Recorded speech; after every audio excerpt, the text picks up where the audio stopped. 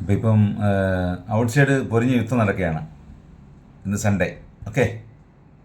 അപ്പോൾ അമേരിക്കയും ഇസ്രായേൽ ചേർന്നിട്ട് ഇറാൻ അടിച്ചോട്ടെ.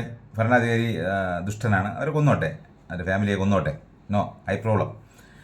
അപ്പോൾ ഈ ഒരു സ്കൂളിൽ പോകുമ്പോൾ ഇസ്രായേൽ ഒരു 150ഓളം പിഞ്ചു കുഞ്ഞുങ്ങൾ മരിച്ചു. ഇതെന്തിനാണ്? അവിടെ ദൈവം ഇല്ലേ? ഈ 3 ആൾക്കാരുടെയും ദൈവം അവിടെ ഇല്ലേ? അള്ളാഹു, ജീസസ്, പിന്നെ വേറെ എന്തൊക്കെ ഉണ്ടല്ലോ, ഇവരാരും ഇല്ലേ ഈ ബോംബ് പിടിക്കാനായിട്ട്? ഇതൊക്കെ വളരെ ദുഷ്കരമാണ് കേട്ടോ. നിങ്ങളെ മക്കൾ സ്കൂളിൽ ഇരിക്കുമ്പം ബോംബിടുന്നത് നിങ്ങൾക്ക് താങ്ങാനാവുമോ? ഇതൊക്കെ വളരെ ദുഷ്കരമായ പ്രവൃത്തിയാണ് ഈ ചെയ്യുന്നത്. ദൈവം എവിടെ? പൊട്ടക്കണനാണോ ദൈവം? അപ്പോൾ ഇതൊന്നും ചെയ്യാൻ പറ്റാത്ത ദൈവത്തിന് എനിക്ക് വേണ്ട. I don't like God. നീ നല്ല ചെയ്യുക, നിനക്ക് നന്മ വരും. തൊട്ടടുത്ത് എനിക്ക് പറയാനുള്ള ഒരു ഹൈലൈറ്റ്, ഒരു പള്ളിയിൽ അച്ഛനുണ്ട്.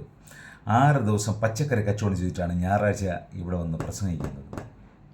ഗുഡ് പേഴ്സൺ, നല്ല മനുഷ്യൻ കേട്ടോ. അങ്ങനെ പച്ചക്കറി കട ഇട്ടിട്ട് ഈ ഞായറാഴ്ച ഇവിടെ ഞാൻ പറഞ്ഞ എല്ലാവരും ദൈവവേല എന്ന് പറഞ്ഞൊരു വേലയില്ല.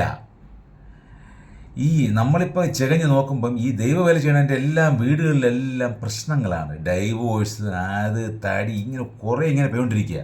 ഞാൻ തിരുവനന്തപുരത്ത് പറഞ്ഞാൽ ഇങ്ങനെ പറഞ്ഞ കേട്ടോ. സൂപ്പറായിട്ട് ഞാൻ പറയാം, ഇതൊന്നും നല്ലതല്ല. നിങ്ങൾ ജോലി ചെയ്ത് ജീവിക്കുക. നിങ്ങൾക്ക് ദൈവം ഉണ്ടെങ്കിൽ ദൈവം കൈയും കാലും തന്നിട്ടില്ലേ? ജോലി ചെയ്ത് ജീവിക്കുക. എന്തിനാണ് ഇങ്ങനെ ഈ ബിസിനസ് ചെയ്ത് പൈസ ഉണ്ടാക്കുന്നത്? ഈ സ്പിരിച്വൽ ബിസിനസ് എന്ന് പറയുന്ന സാധനം കൊണ്ട് നടക്കൽ. മനസ്സിലായില്ലേ? ഇതൊക്കെ ആർട്ടിഫിഷ്യലാണ്, ഇതൊക്കെ ഉണ്ടാക്കി വെച്ചതാണ്. പ്ലീസ്, നിങ്ങൾ ഇനിയെങ്കിലും ചിന്തിക്കുക. നിങ്ങൾ പണ്ടുള്ളവർ വെട്ടിവെച്ച വഴിയെ സഞ്ചരിക്കുന്നത് മാറി സഞ്ചരിക്കുക. നീ സ്പിരിച്വൽ ബിസിനസ്സൊക്കെ വിട്. നിൻ്റെ കുടുംബത്തെ നീ റെഡിയാണെങ്കിൽ മാത്രം നീ ഔട്ട് സൈഡിലെ ആൾക്കാരെ നന്നാക്കാൻ നോക്ക്. അല്ലെങ്കിൽ നീ അവസാനിപ്പിക്കുന്നതൊക്കെ. ഈ സ്പിരിച്വൽ ബിസിനസ്സിന് സാധനം ഇല്ല. മനസ്സിലായില്ലേ? ഇതൊക്കെ വെറുതെയാണ്, വെറുതെ. ദൈവം ഉണ്ടേ കാണണ്ടേ?